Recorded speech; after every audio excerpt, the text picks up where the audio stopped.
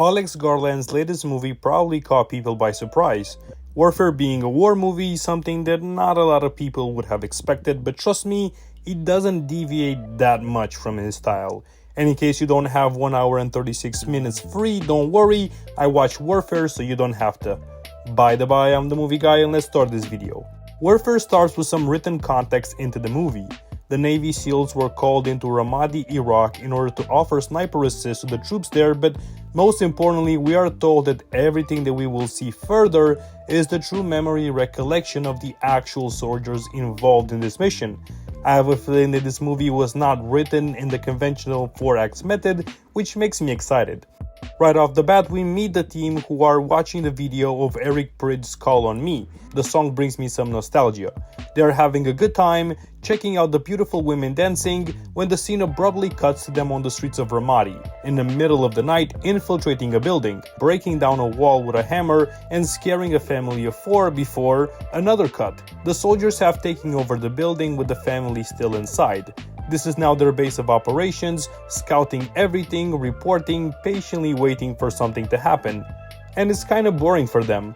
Some make their jokes, but there's not a lot to be done but sit and wait. Despite that, there's serious vibes here that something is going to go wrong. They keep seeing suspicious guys who are looking at their position. And then things start finally moving. People are being urged to clear the streets, they hurry to get out, even leaving kettles on the stove. More and more suspicious people. On the outside, there's a voice on speakers telling locals to bring jihad to the Americans. You can feel the uneasiness. The soldiers lost air support as another unit was in combat and needed it more. They start to feel like sitting ducks. The sniper gets the first wind of the impending attack.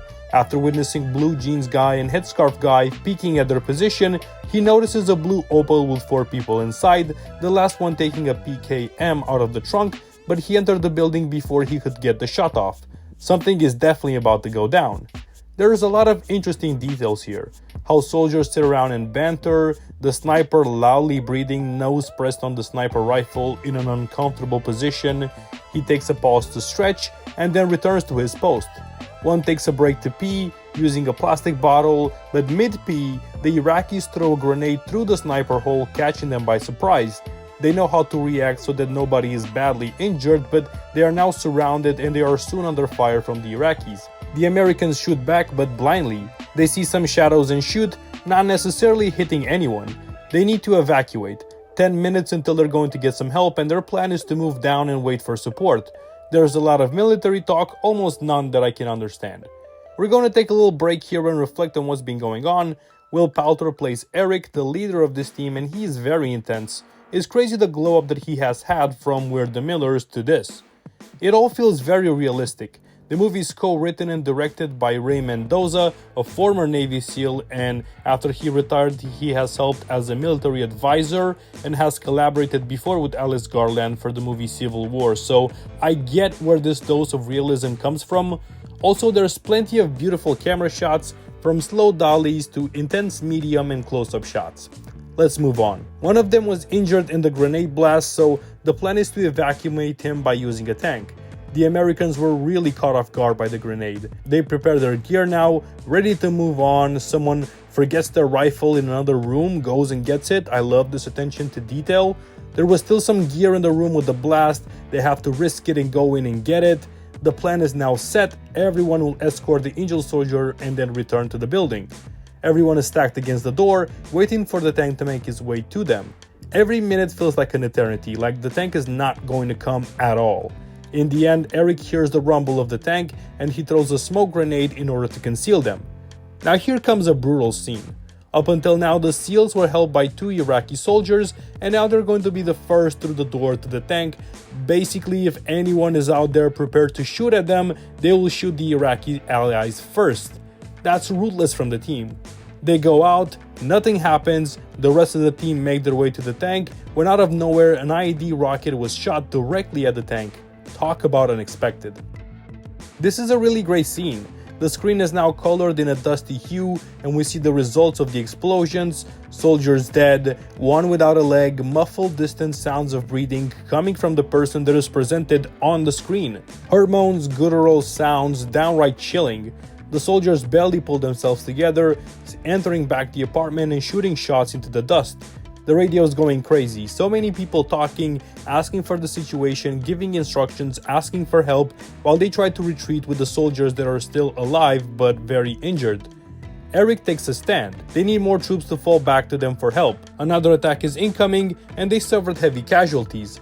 The remaining soldiers are either shell-shocked or screaming in pain.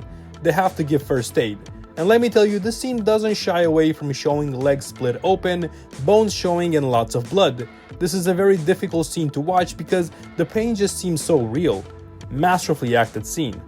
A jet fighter sweeps down, more to scare the enemies away. Another team is fighting to get to their position, but the situation doesn't look good. It doesn't feel like they will make it out alive.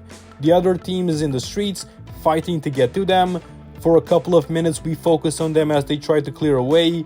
This is the first firefight where we actually see the enemy, but we still don't get any badass death scenes. This movie is not about that. Let's take another break before we head to the ending. This movie shows war for what it truly is. Hell, there isn't any scenes that make it look different. I know that some war movies have been bashed for glorifying war or making it look cool, but here war is simply pain. There's absolutely no way that you can look at this and not feel horror. And for that, both Garland and Mendoza deserve praise.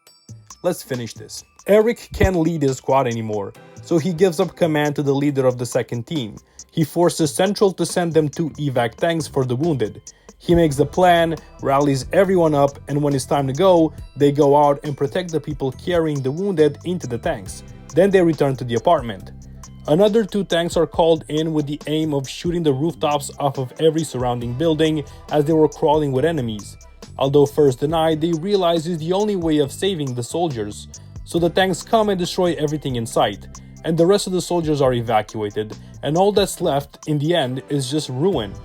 And just like that, problem solved. Warfare pulls no punches. It shows the real face of war, the fear, the anxiety, the stress, the pain, and the losers. There really aren't any winners here. The soldiers survive to fight another day, to be imprisoned in another apartment while the Iraqis' country and homes are decimated.